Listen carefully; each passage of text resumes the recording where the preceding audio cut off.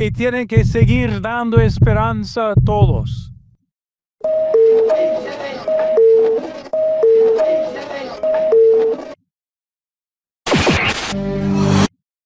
Bienvenidos a un episodio más de Diálogos Apasionados por la Verdad que llevamos a cabo aquí desde el Seminario Nacional Nuestra Señora de los Ángeles y nos encontramos yo, mucho gusto, Carlos Antonio Barbosa Valverde y mi compañero.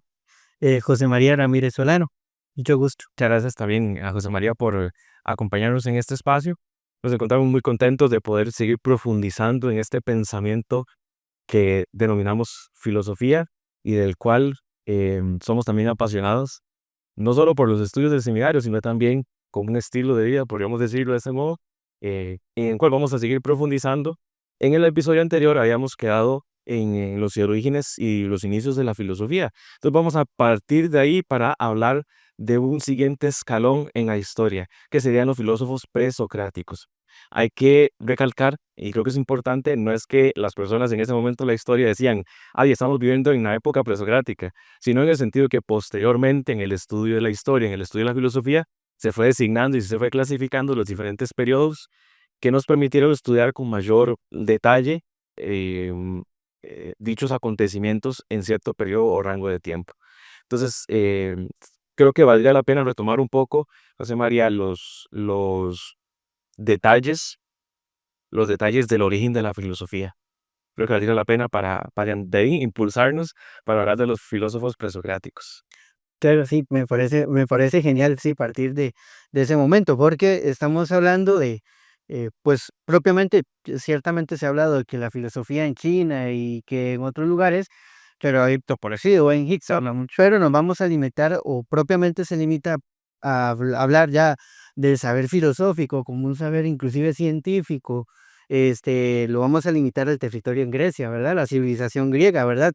Una civilización organizada en pequeñas ciudades-estado, que tenían comercio, que estaba el tema de la navegación, que estaban en constante intercambio con otras culturas, Egipto, Mesopotamia, ¿verdad? Pero que tenían una forma de vida coherente con la búsqueda de la verdad. Entonces, la filosofía va naciendo, o va teniendo su origen, o va empezando a germinar dentro de la vida cotidiana de estos civilizadores, de estas personas de la antigua Grecia, ¿verdad? Y se suele asociar con un acontecimiento, un fenómeno, ¿verdad? Que es el paso del mito a la razón.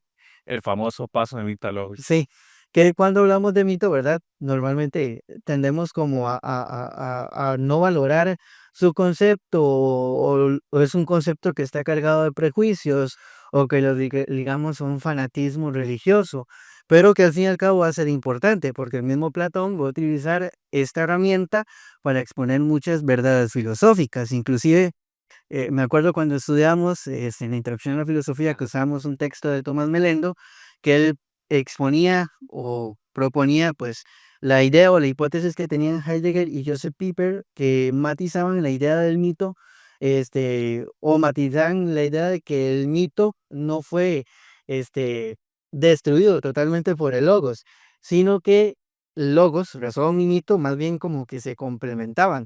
Y entonces exponían que los mitos genuinos no son simples fábulas, sino narraciones simbólicas que comunican verdades profundas sobre la relación entre el humano y lo divino, el origen y el destino del hombre, y podríamos decir ahí o tener como una frase clave de entonces en su origen, en ese momento que germina la filosofía, no va a destruir el mito, sino que lo va a coger, lo va a transformar y va a ser un complemento. Yo creo que es una pregunta válida pensar por qué hablamos de un paso de mito a logos.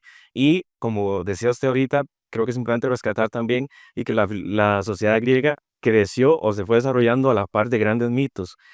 Creo que usted también, antes de empezar este programa, usted lo conversaba, ¿no? La forma de intentar, valga la redundancia, entender por qué las cosas. Mira, de estos a estos periodos de tiempo llueve. Em, Cayó este rayo cuando hacíamos tal actividad. El mar se pone más bravo dependiendo de la época, por Las ejemplo. nubes van para arriba, desde el vuelo, va a llover dentro de un rato. Entonces, Sí, ve, en este mismo ambiente, el voltear las cosas cotidiano, de explicar las cosas, es donde va surgiendo la filosofía. Lo que nos remite, perdón, a que tal vez podemos pensar en nuestro contexto costarricense, podríamos pensar en nuestros antepasados, como tal vez no necesariamente acá el territorio costarricense, sino de América Central o todo el continente americano, de los indígenas, que tenían sus historias para explicar la creación del mundo, tenían sus historias para explicar el tiempo de cosecha. Entonces, esto también va a ser valioso porque después se podrá hablar de unos ciertos precedentes para lo que algunos denominan como filosofía latinoamericana, ¿verdad? Pero ya sería para un programa más Más adelante, sí. pero continuamos con el tema del mito de los Claro, sí, no, y esto, ¿verdad? Este tema, ¿verdad? Que entonces ya estos hombres no se quedan como vamos a asumir estas cosas, esta afirmación la vamos a asumir porque sí, o por la nada, sino vamos a empezarnos a preguntar por qué. Creo que le comentaba antes de iniciar que conversábamos, hay un cadáver ahí tirado muerto de algún animal. ¿Por qué empieza a surgir como estas plantitas o cómo se empieza a transformar ese cuerpo? Entonces termina siendo como abono y por qué surge eh, esta planta, estos microorganismos, por qué generan vida, por qué de una semilla sale una planta. Y es interesante porque también va muy ligado a lo que los compañeros hablan en el primer episodio de qué es filosofía, que inclusive etimológicamente el término es muy bonito, es amor a la filosofía. Y pues creo que aquí en los apuntes yo ponía que no solamente es una acumulación de datos, porque la filosofía no es acumular datos, quizás a veces por la malla académica del seminario, a veces como que la parte académica se centra como en la parte histórica, sí. pero la filosofía no solamente que este dijo esto, que este dijo lo otro, que esto dijo aquel, no, es buscar el porqué de las cosas. Creo que lo decíamos al inicio. Y lo que más adelante entenderemos, ¿no? Como la búsqueda de la verdad. Exactamente, sí, es que eso es, creo que Christopher Sara lo decía al explicar la definición que proponía Aristóteles, es el llegar al conocimiento de las de las últimas causas, del porqué de las cosas, del por qué estar aquí, y es saber que pues hay una verdad que le ha dado origen a todo y que efectivamente, como más adelante vamos a ver con los presocráticos, un poquito, nada ha surgido de la nada, ha surgido de algo, hay un porqué y pues eso es lo que nosotros constantemente tenemos que preguntarnos, porque al fin y al cabo, esto de la filosofía será un estilo de vida dedicado a la búsqueda de la sabiduría. No nace negando los mitos, sino que este es, entonces vamos a ir, la filosofía va a ir naciendo de la mano entrelazada con ellas. Y creo que ya podemos ir entrando un poquito al tema de los presocráticos, que son estos primeros pensadores filosóficos ya estrictamente. Incluso que algunos se podrían atrever a decir que no son estrictamente filósofos porque algunos consideran, ¿verdad?, que la filosofía inicia a partir de Sócrates, pero yo creo que forman un eje o un fundamento fundamental para el inicio de la filosofía. Es interesante que estos presocráticos, estamos hablando, lo comentábamos, más o menos a partir del siglo séptimo al cuarto antes de Cristo, hace 2700 años, me decía usted. No, bueno, hace más de, Sí, ¿verdad? sí, porque tenemos 2000 años desde la época cristiana, ¿verdad? 2025 años y es un poquito más para atrás, ¿verdad? Y entonces, curiosamente, se dice, como algunos proponen, que los filósofos presocráticos fueron los que estuvieron antes de Sócrates, o incluso fueron contemporáneos, o incluso hasta después de Sócrates. Pero entonces yo entendía, o yo me ponía a pensar, es que con Sócrates hay un pensamiento diferente, hay un salto, que eso tal vez podemos hablarlo al final, para no adelantarnos ni quitar la película, pero podemos comprender que este bloque de filósofos tiene un pensamiento distinto al que después tendrá Sócrates y todo el desarrollo de la filosofía, que se hace más con el hombre. Pero estos pensadores, como decía usted, se preguntaron por el principio de las cosas. Las cosas tienen un principio, de dónde surgieron, lo que en griego se denomina arjé, la palabra griega y que nos ha acompañado por mucho tiempo, el arjé de las cosas. Entonces, cada uno de estos filósofos se fue planteando de forma diferente, a veces apoyándose de lo que dijo uno anterior, para poder comprender el porqué de las cosas. Sí, y que inclusive ya aquí podemos marcar una característica propia de por qué está, o cómo se marca propiamente este paso del mito a logos. Ya no son personas que buscan adivinar, no busca dinero. Quiero explicar. sea, quiere una respuesta. Y por eso, pues, nos hereda la observación, nos van a heredar la lógica y nos van a heredar el hábito de cuestionar a nosotros. Y como bien lo decía, pues, su legado es el que abrirá el camino a Sócrates, a Platón, a Aristóteles Exactamente. y a toda la filosofía, porque ellos nos van a dar o nos van a marcar o nos van a señalar cuál es el motor propio de la filosofía, que es el asombro, porque ellos se van a empezar a asombrar, ¿verdad? Creo que podríamos empezar ya a mencionar quizás a personajes o figuras, quizás de una manera casi que cronológica, no tal cual, pero podemos mencionar, por ejemplo, a Tales de Mileto, que me llamó mucho, a mí es uno de los que primero me llamó la atención cuando descubrí a estos pensadores, que dice que el origen de todas las cosas se encuentra en el agua. Y todo pasa de la observación. Es un proceso de conocimiento que después va a profundizar los medievales, ¿verdad? Pero de que vemos un lago y vemos que alrededor del agua, alrededor de un pozo de agua, que hay cosas verdes, hay vida, pero cuando no hay agua, ¿qué tenían cerca? El desierto o las cosas áridas, secas. Entonces, por eso quizás por ahí empezó la idea, a Tales de Mileto, de que el origen de todas las cosas que conocemos del universo viene del agua. Sí, y en esa escuela pues también vamos a tener bueno, Anaxímenes, que lo va a ligar con el tema del aire, ¿verdad? Pero me llama mucho también Anaximandro, porque como que se vuelve un poquito más y se va un poquito más abstracto y nos habla del apeiron, que se puede traducir o significa como lo definido, que es ya lo relaciona con algo eterno y divino. Ya nos van dando, ¿verdad? Este enlace propiamente después de la revelación cristiana nos van a decir quién es el eterno y lo divino que le da origen a todo. Incluso empieza a hablar como lo indefinido y también que después otro filósofo aquí de los naturalistas va a hablar que es uno, inmutable también, que es muy interesante, como ya la filosofía presocrática, incluso no cristiana o pagana, como la denominan algunos libros de historia, será también como una pequeño indicio de lo que después profundizará, sin redundar, ¿verdad? Mucho en el asunto, lo profundizará la fe cristiana. Entonces, ya tenemos tres filósofos, tres personajes, Tales de Mileto, Anaximandro, Que son la escuela de Mileto, propiamente, la jónica región de la jónica, exactamente. También pues están los números. Creo que esto me llamó la atención porque tenemos la escuela pitagórica y tenemos a Pitágoras que va a decir, pero quienes han estudiado matemáticas, los números o la física, saben que leemos mucho también a los griegos, claramente a otras culturas, pero los griegos también tuvieron un gran avance en este pensamiento numérico. y que ya a partir de aquí empieza a sustentarse la base que propiamente después padres de la iglesia, los grandes pensadores cristianos van a utilizar inclusive para fundamentar y argumentar el misterio trinitario. Exactamente. Y entonces, ¿cómo comprendemos un Dios que es tres? Entonces, ya en Pitágoras, nos va a ir dando bases, nos va a ir dando herramientas Exactamente. para poder luego ir diciendo por qué uno es tres personas, una sustancia en tres personas, y el con números en Justamente porque Pitágoras cree que el origen de las cosas está en el número. Los números son la esencia de las cosas. Y creo que también, si mal no recuerdo, Pitágoras nos habla que estos números son la esencia de las cosas. las Entonces, tres cosas. Sí. los números, creo que ahora es muy común entender que muchas personas ven o muchas teorías que andan por internet de que los números esto, los números lo otro, pero que para este pensador los números eran la base de las cosas. Sí, y cómo desde los números podemos explicar incluso lo que es, podemos tomar lo que decían usted los padres de la iglesia. Sí, sí. Y esto, explicar razonablemente, no adivinar, no supersticiones, de que este número y la suerte y todas estas cosas de estos famosos videntes, y no, explicar racionalmente el por qué, la realidad de las cosas, no simple y sencillamente creer, porque al fin y al cabo con todas estas cosas, quienes buscan estos fenómenos o estas personas que se dicen videntes, en el fondo están más bien desvirtuando totalmente el concepto, inclusive de mito y de razón, ¿verdad? Hasta los mismos números, podemos decir. No están buscando el porqué de las cosas, están creyendo las cosas porque sí. Y después critican a la fe y señalan y tachan a la fe, la que más bien es la que de los que no piensan o de los ignorantes. Ahora podemos seguir con una dupla, yo lo veo así, sí, una dupla, porque a mí me llamó demasiado la atención cómo ya desde el punto de vista del pensamiento hay como binomios, podemos decirlo así, porque por binomios podemos entender muchas cosas.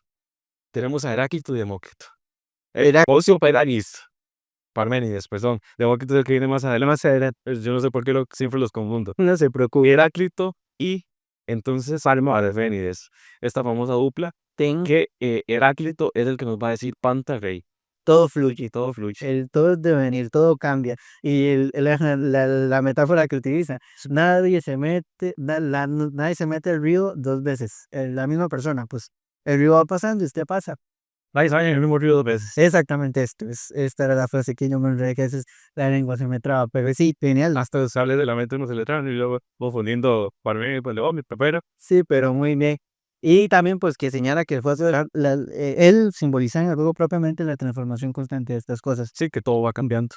Y después entonces tendríamos a Parménides, que más bien dice que el ser es el que no cambia.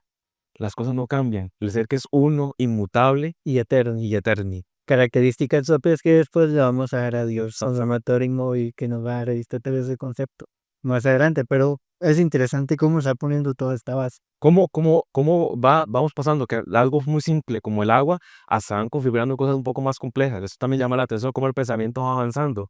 Y esta dupla, podemos decir, de Heráclito y Parménides, luego la va a llegar a intentar solucionar uno de sus discípulos, que se llama Empédocles. Empero que sí, que va a venir con su teoría de los famosos 4 elementos básicos, pero sí.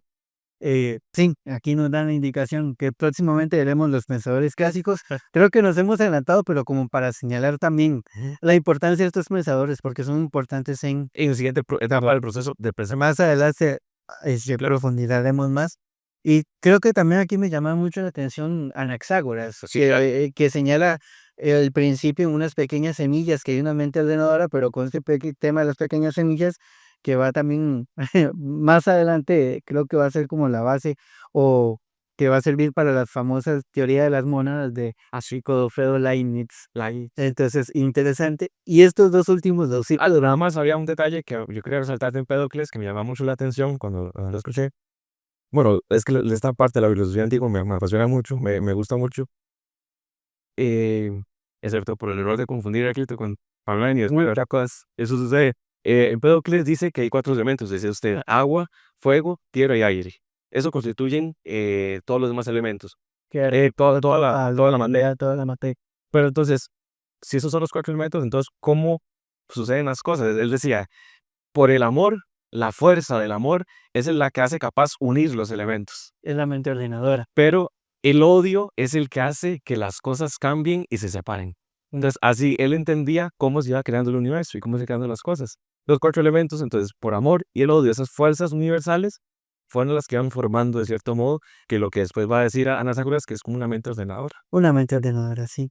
Sí, y pues terminar con el discípulo de Demócrito, ¿verdad? Que nos van a hablar del átomo vacío, que ya ahí vamos, tal vez no la concepción de átomo como la conocemos hoy científicamente, pero que ya nos van dando esas pequeñas indicaciones.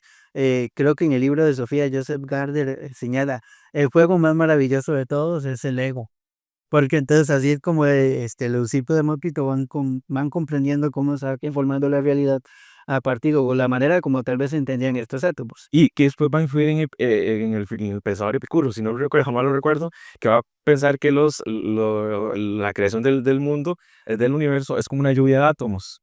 Entonces, como la lluvia que a veces va para un lado y para otro, entonces los átomos empiezan a chocar entre sí. Entonces ahí empiezan a crear las cosas, que va a influir después, pero ya no estamos adelantándonos mucho. Sí, ya tampoco es la idea. Así es. Pero tal vez aquí, como cierre de esta parte de filósofos presocráticos o filósofos de la naturaleza, creo que es importante cómo entenderlos o cómo acercarse, si usted quiere acercarse a cada uno de ellos, acérquese al proyecto de cada uno. ¿Qué intenta responder?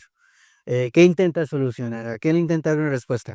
Creo que todos coinciden en darle una explicación al origen de las cosas y en entender y comprender que nada puede surgir de la nada. Hay una materia prima, hay un arjé, un principio que le va a dar fundamento a todas las cosas y pues también creo que es muy importante esto. Lo interesante en ellos, ¿verdad? No es tanto el tema de las respuestas que van a dar o las soluciones, que si lo vemos ya detenimiento, las razonamos, pues están respondiendo a partir de lo que observan, pero no son tan exactas, sino qué preguntas hacía, qué tipo de respuestas buscaban y cómo pensaban. Creo que esto es lo más valioso que nos dan estos filósofos y creo que la lección que nos deja a cada uno de nosotros es aprender a preguntar distinto, que es el primer paso para comprender. Entonces, ya van a ser los pioneros antes que Google. Desgraciadamente que ya buscaban el porqué de las cosas. Sí, incluso es el no, per- podemos decirlo así, perder el miedo a pensar las cosas. Y tal vez no, viéndolo desde nuestra actualidad, no podemos hacerlo, ¿verdad? Para disfrutar de la creación, de las cosas que tenemos a nuestro alrededor, el principio de las cosas, sí, pero vamos un poco más allá. ¿Por qué nuestra sociedad actúa como tal? ¿Por qué incluso tal persona es como es? Que nos darán también principios psicológicos después, pero no entremos en el tema porque si no haremos un rollo, sí, pero que nos ayuda también a comprender y que no podemos quedarnos con la primera impresión de las cosas. Incluso la fe, necesitamos en la fe pensar para poder razonar bien las cosas, o si no, quedaríamos solo en un mito. Era un mito, sí, en aceptando simple y sencillamente, fanáticamente una afirmación y vivir como sin importancia.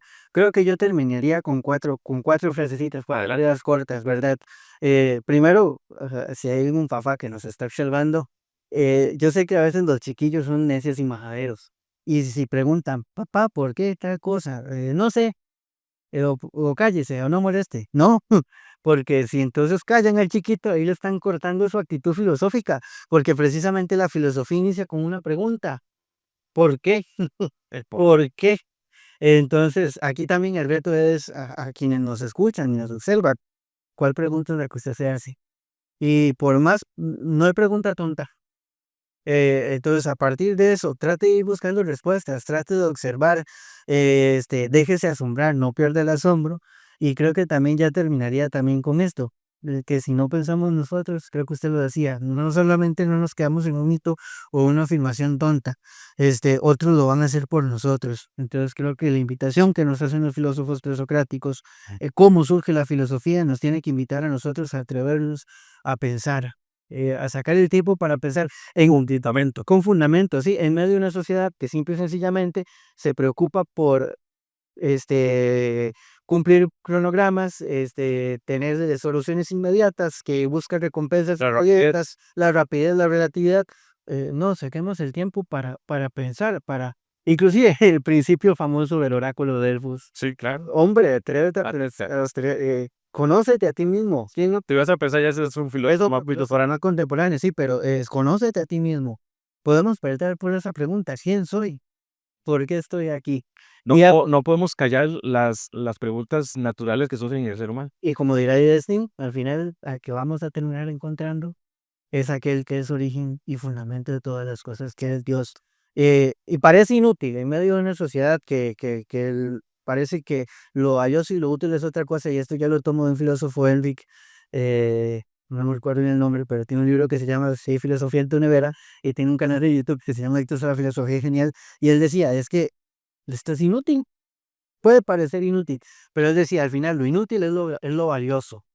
Porque lo que la sociedad nos está tratando de imponer como útil no es valioso, porque lo tenemos que estar cambiando constantemente, constantemente lo tenemos que andar comprando. Esto que parece inútil, esto que tal vez puede parecer inútil preguntarnos de las cosas, al fin y al cabo termina siendo lo valioso, porque es lo que nos va a nos va a terminar dando el fundamento de nuestra vida, de quiénes somos, por qué estamos aquí y de quién proviene todas las cosas, cuál es la verdad, cuál es la sabiduría, que en el fondo ese es el grito o la sed que tiene el corazón, el alma del hombre. El hombre quiere saber, por naturaleza queremos saber, y el mundo hoy nos está acallando. Al fin y al cabo es interesante, es paradójico, porque la sociedad, el mundo, lo que busca es como más bien acallar esta voz y hacer que no, como que no piense, más bien, como imponerle. Entonces volvemos al mito Sí, claro. y dejamos la razón, y más bien De estamos acuerdo. viendo como un giro, más Estamos bien retrocediendo la historia. enseñando entonces en lugar de un mito logos, lo estamos haciendo como un giro ahí del logos al mito nuevamente, de aceptar aquello que nos imponen como ley, esto es, quienes dirigen pues el mundo, la sociedad, o quienes llevan a cabo toda esta sociedad de consumo y de información. Sí, claro. Yo creo que hemos aprovechado bastante este espacio de este segundo episodio de Diálogos.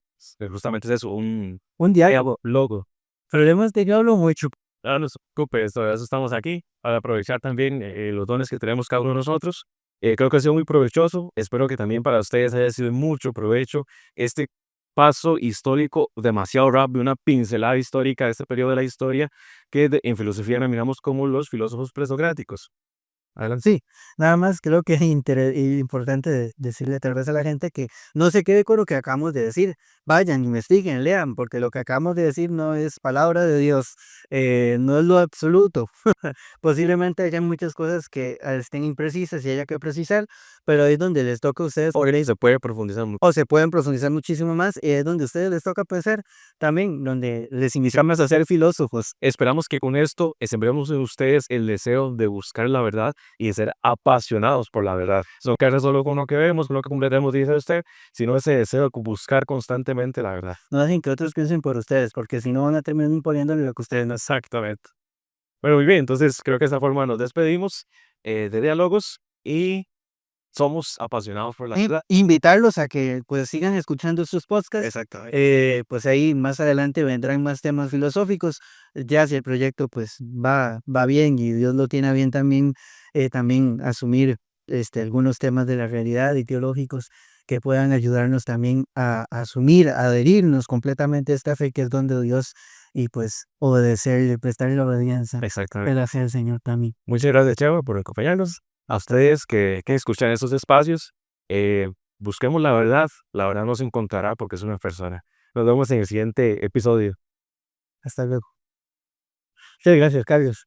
Muy bien, muchas gracias, Chava.